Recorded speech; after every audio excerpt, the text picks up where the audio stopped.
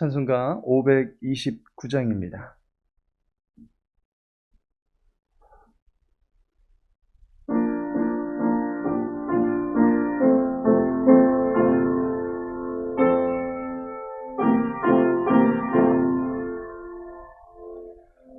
온유한 주님의 서 내 귀에 속삭이네. 내 마음을 두드리니 오 주님을 영접하라. 피하지 말라. 피하지 말라. 우리가 곁길로 피해도 맘속에 오시리. 심판날 당할 때 주님을 넘어질 준비해. 맘속에 주님을 영접하라. 주 영접하라. 사랑의 주 예수 친구 이 땅에 내려오사 문 밖에 서서 기다리니 참 놀라운 사랑이라. 피하지 말라. 피하지 말라. 우리가 곁길로 피해도 맘속에 오시리. 심판날 당할 때 주님을 넘어질 준비해. 맘속에 주님을 영접하라. 주 영접하라. 주님이 부르는 음성 널 받아주시나니. 회개한 내게 임하시어 끝까지 널 도우시네. 피하지 말라. 피하지 말라. 우리가 곁길로 피해도 맘속에 오시리. 심판날 당할 때 주님을 넘어질 준비해. 마음속에 주님을 영접하라. 주 영접하라. 주님의 은혜를 받아 나 주를 영접하라. 마음과 장 열어놓고 너 주님을 영접하라. 피하지 말라. 피하지 말라. 우리가 곁길로 피해도 맘속에 오시리. 심판날 당할 때 주님을 넘어질 준비해. 마음속에 주님을 영접하라. 주 영접하라. 열왕기상 22장입니다.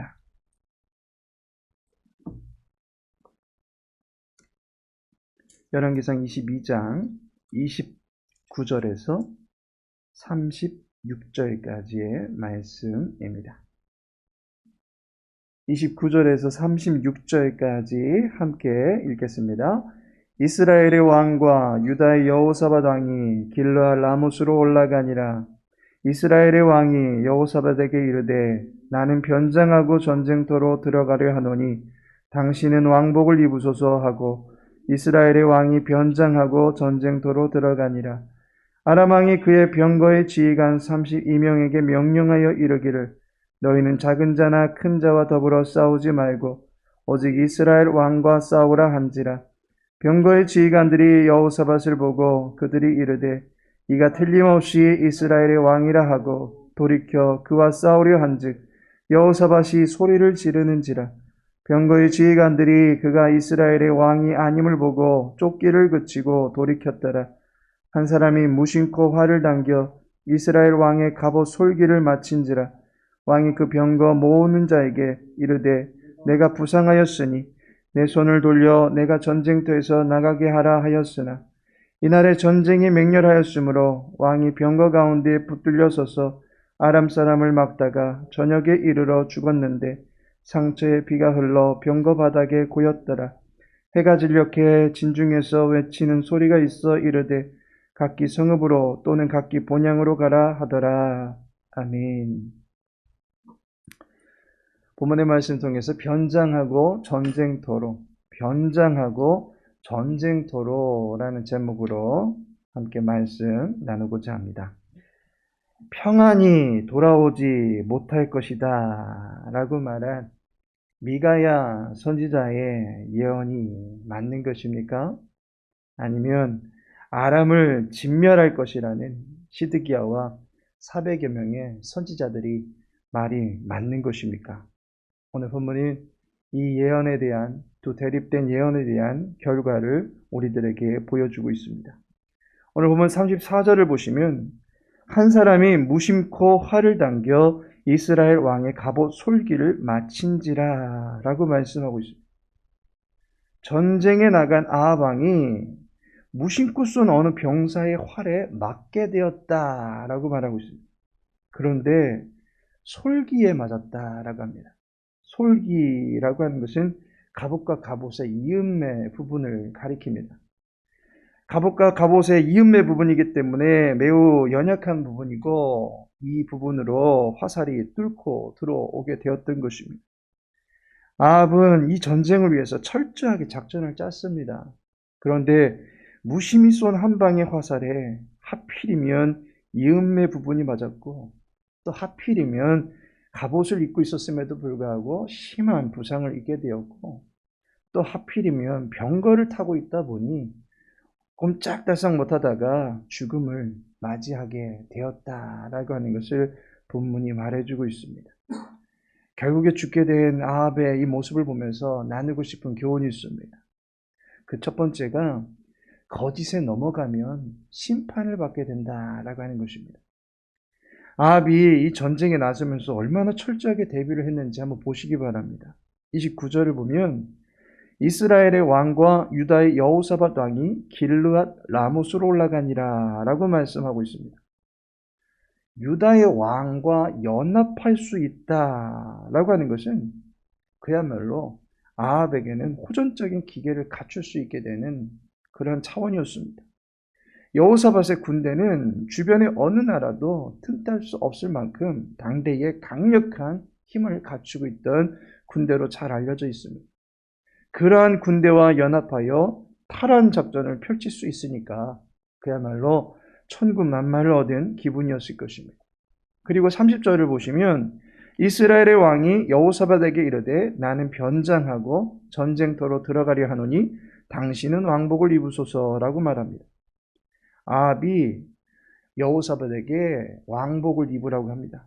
그리고 자신은 변장해서 왕이 아닌 것처럼 전장에 들어가서 전투를 지휘하겠다라고 하는 것입니다.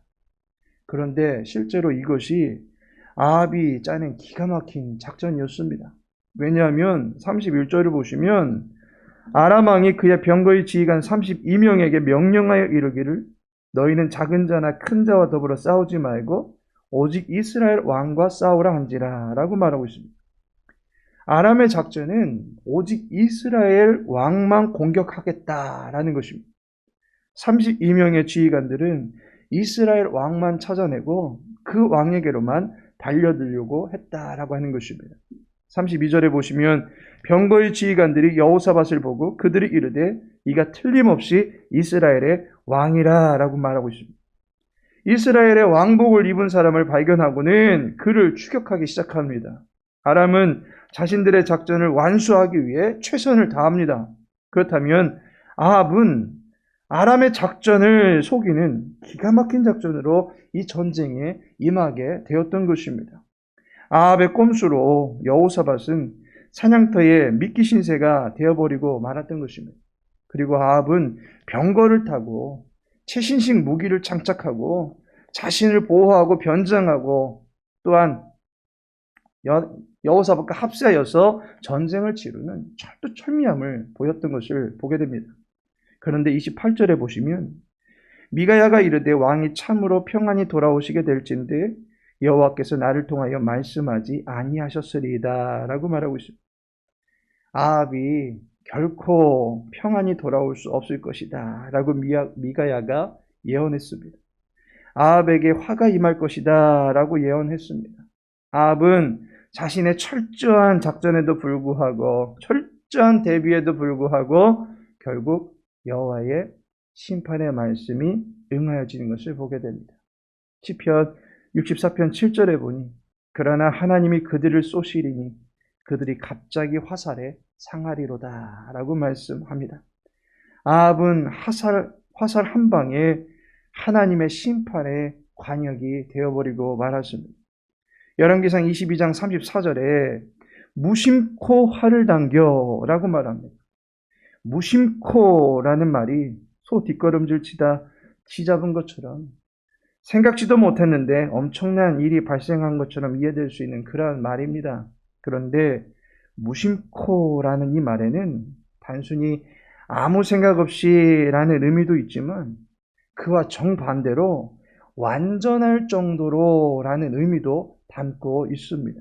결국 사람은 큰 의미 없이 쏜 화살일진데 하나님은 그것을 완전하게 아합을 심판하는 용도로 사용하셨다라고 하는 것입니다.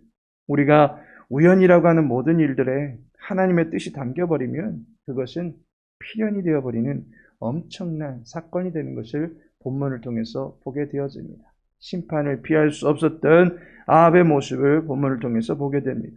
두 번째로는 거짓을 이기는 것은 하나님의 전신갑주뿐이다 라고 하는 것입니다. 에베소서 6장 11절에 보시면 마귀의 간계를 능히 대적하기 위하여 하나님의 전신갑주를 입으라 라고 말하고 있습니다. 마귀의 간계라고 하는 것은 속임수입니다. 거짓입니다. 거짓을 방어하고 대처할 수 있는 방법은 하나님의 전신갑주를 입는 것입니다. 아합은 400명쯤 되는 거짓 선지자들의 이빨림에 전쟁을 마음먹었던 그 결심을 굳히게 됩니다. 시드기야가 철불로 아람을 찌르고 승리할 것이라고 예언합니다. 그런데 그 모든 것이 거짓이었습니다. 여호와의 영을 빙자한 간계였습니다. 이러한 거짓에 대처하는 유일한 비결은 진짜 여호와 하나님으로 철저하게 무장하는 것입니다. 안타깝게도 아합은 여호와를 그의 안중에 두지 않았습니다. 그를 향하여 말씀하는 진실한 선지자를 옥에 가두고 자기가 돌아올 때까지 간당간당하게 살아있을 정도로만 물과 떡을 먹이라고 합니다. 진리를 박해한 것입니다. 진리의 띠를 차버리는 순간 그는 전신갑주로 무장할 수 있는 모든 기회를 잃어버린 것입니다. 하나님의 전신갑주에서 가장 먼저 언급되는 것이 진리의 허리띠입니다. 허리띠가 채워지지 않는 이상 갑옷을 무장할 수가 없습니다. 하나님의 말씀의 진리를 자신의 삶의 기준으로 삼지 않는 이상 그 어떤 수고도, 그 어떤 노력도, 그 어떤 작전도, 그 어떤 대비도 모두 다 헛되고 헛된 것이 될 뿐입니다. 아무리 기발한 작전을 짜고 아무리 막강한 팀을 이룬다 할지라도 여호와께서 함께 하시지 않으면 강력한 철병거는 도리어 자신을 강력하게 가두어 버리는 철 감옥이 될 뿐입니다. 35절을 보니 이날에 전쟁이 맹렬하였으므로 왕이 병거 가운데 붙들려 서서 아람 사람을 막다가 저녁이 이르러 죽었는데 상처의 피가 흘러 병거 바닥에 고였더라 라고 말하고 있습니다. 자기를 방어해 줄 알았던 병거가 결국 자기의 무덤으로 용도 변경이 된 것을 보게 됩니다. 하나님께서 사랑하시는 성도 여러분, 아합은 그가 전쟁에 나가 죽기 전까지 그의 귓가에서 진리의 말이 계속해서 맴돌았습니다. 그렇기 때문에 그는 자신을 변장하기까지 했던 것입니다. 그러나 여호와 하나님은 변장을 원한 것이 아니라 변화를 원하셨습니다. 진리 앞에서 변화되지 않는 이상 변장의 수고는 의미가 없는 것입니다. 명품을 두르고 수려한 외모를 갖추고 지성과 화려한 스펙을 갖추었다 할지라도 진리가 그의 속사람의 중심에 있지 않는 이상 그 모든 것들은 심판의 공력 앞에서 나를 방어해 주지 못하는 그저 산산이 불타버려 없어질 것밖에 되지 않습니다. 속사람의 민낯만 드러날 뿐입니다. 후패함만 가득하게 드러날 뿐입니다. 우리의 심령을 여호와의 진리로 무장해야만 할 것입니다. 한번 죽는 것이 사람에게는 정해져 있고 그 죽음 뒤에는 반드시 심판이 있다라고 히브리서 9장 27절은 말씀합니다. 이 심판이 진노의 심판이 아닌 긍휼과 자비의 살피심으로 맞이하고자 한다면 우리의 도피성이 되시는 예수 그리스도를 의지하시기 바랍니다. 아합은 도피성인 길르앗 라못에 가 있었어도 심판을 면하지 못했습니다. 정작 우리가 서 있어야 될 참된 도피성은 예수 그리스도이십니다. 내가 곧 진리라고 말씀하신 예수 그리스도를 영접할 때에 우리는 그 진리로 말미암아 자유케 될 수 있는 것입니다. 우리는 음부의 불구덩이 속이 아닌 긍휼 가득한 하나님의 품으로 들어갈 수 있게 되는 것입니다. 거짓이 가득한 시대입니다. 마귀의 관계가 광명한 천사로 가장해서 성도를 미혹하는 시대입니다. 오직 예수 그리스도의 진리에 귀를 기울이고 주님만을 의지하여 심판을 피하고 영원히 살 길로 나아갈 수 있는 주님의 백성들 되시기를 예수님의 이름으로 축복합니다. 아버지 하나님, 진리로 우리를 이끌어 주옵소서. 진리를 분별할 수 있도록 성령의 지혜를 더하여 주옵소서. 거짓에 동참하여 우리의 생각과 삶을 더럽히지 않도록 도와주시옵시고 오직 하나님의 기쁨이 되어지는 일에 우리의 모든 것을 내어드릴 수 있도록 도와주옵소서. 오늘 한날도 주님께 의탁하오며 예수님의 이름으로 기도합니다.